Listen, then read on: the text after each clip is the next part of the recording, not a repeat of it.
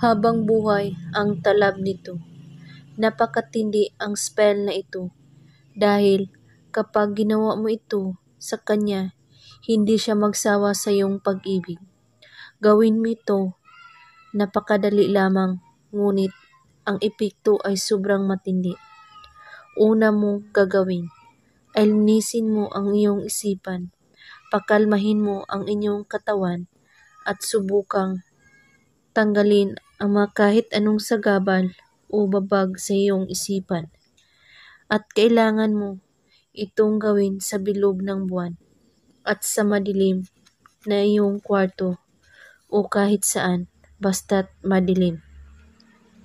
Umupo ka at sambitin mo ang kanyang pangalan ng 3 beses. At na para bang tinatawag mo siya.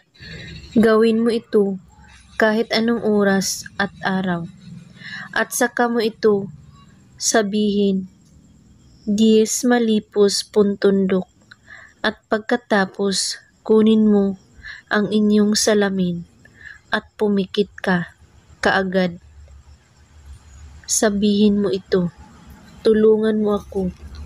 Ito lamang ang aking hiling, na siya ay aking maangkin at ibigay siya sa akin. At ito lang ang alay ko, tanggapin mo.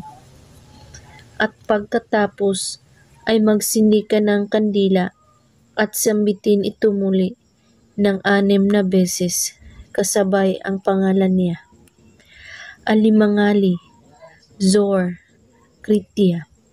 At pagkatapos, ihipan mo ang kandila at itago mo ang natira na kandila at kalimutan mo na may ginawa kayong ritual. Ulit-ulitin ito kada bilog ng buwan. At kung may katanungan pa kayo ay magko-comment lang po sa baba. Maraming salamat sa panunood. May God bless us all.